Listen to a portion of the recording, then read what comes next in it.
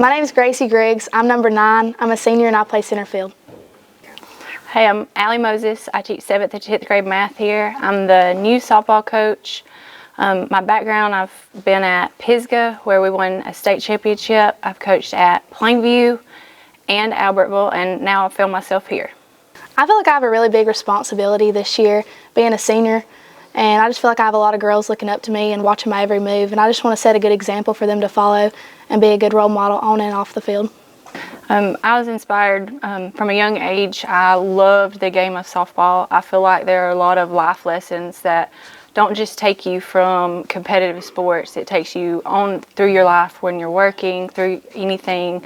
What I've learned from life mainly is to be mentally tough. And to be mentally tough, like, you need that every day, regardless of whether you're an athlete, whether you're going to your job, whatever you're doing.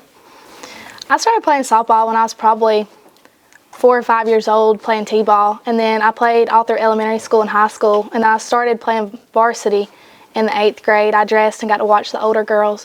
But I guess I didn't really decide for myself. I guess my dad just said, you're going to play t-ball at 4 years old, because I don't really think I knew what that was. But clearly I fell in love with it and played all through school.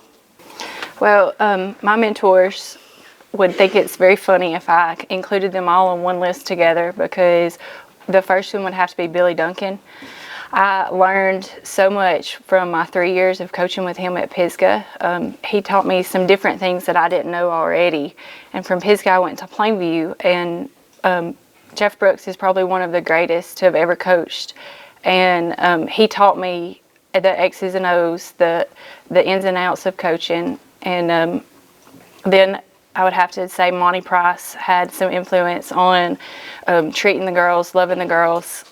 Just from there, I would have to say Andrew Keeney taught me how to be organized. And now I'm learning from one of the Collinsville greats of James Coker. So I think I'm just a big melting pot of a bunch of great softball coaches. Well, my Nana has always claimed to be my biggest fan in every sport, all through all my years of playing sports. But my whole family has always supported me in everything that I do. No matter whether it's school or sports or whatever it is, they've always been right there behind me in whatever it was. I have to start with this one because I have introduced the girls to what I call Panther Prides, and it is a running drill where we have had to figure out how long is a mile, and that Panther Prides are not a mile. They are just a little bit of sprinting, a little bit of jogging, and you're finished. But I don't feel like it's that much. So I know that's Gracie's favorite, and I know it's the whole team's favorite. That's actually everyone's least favorite except for Coach Moses and James. But I think I'm speaking on behalf of everybody else. Our favorite drill is scrimmaging or playing wiffle ball. Last year, during the season, a few times James would surprise us. It would be like a Friday afternoon and we wouldn't have a game and we wouldn't play the next Saturday. And James would tell everybody to get out there, that we didn't need our bags, we didn't need our gloves. And we'd all get out there and he'd pick 2 team captains. And we would stand out there on the softball field and pick teams. And I'm not even kidding, it'd probably take us 30 minutes to pick teams because it was who's going to be your buddy and, all that. And we didn't even play with a glove. We just had a bat and a ball and you'd use your hands. But we loved it. Yes, it's always funny. The players' favorite thing is always scrimmaging. That's probably my least favorite thing because I'm a very drill and do the little things right kind of person. Like, I could do the same tee work, the same front hand, backhand, gators all day long and never get bored with it. And all I hear is, let's scrimmage, let's scrimmage. That's me. I'm the one saying, let's scrimmage, let's scrimmage. She is.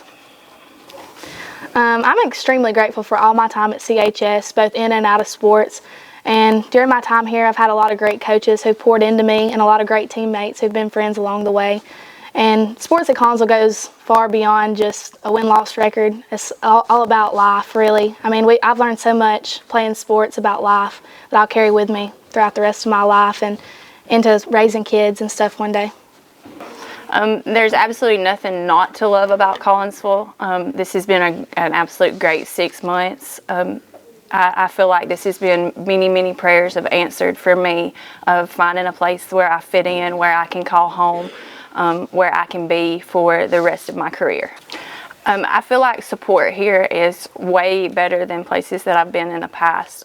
Just for an example, last Friday night we had a junior high softball game on a Friday night, and halfway through the game I look around and the stadium's full. I mean, most of the places that they don't have the kind of support that Collinsville has. It may be a small school, but I feel like everyone in the community loves it.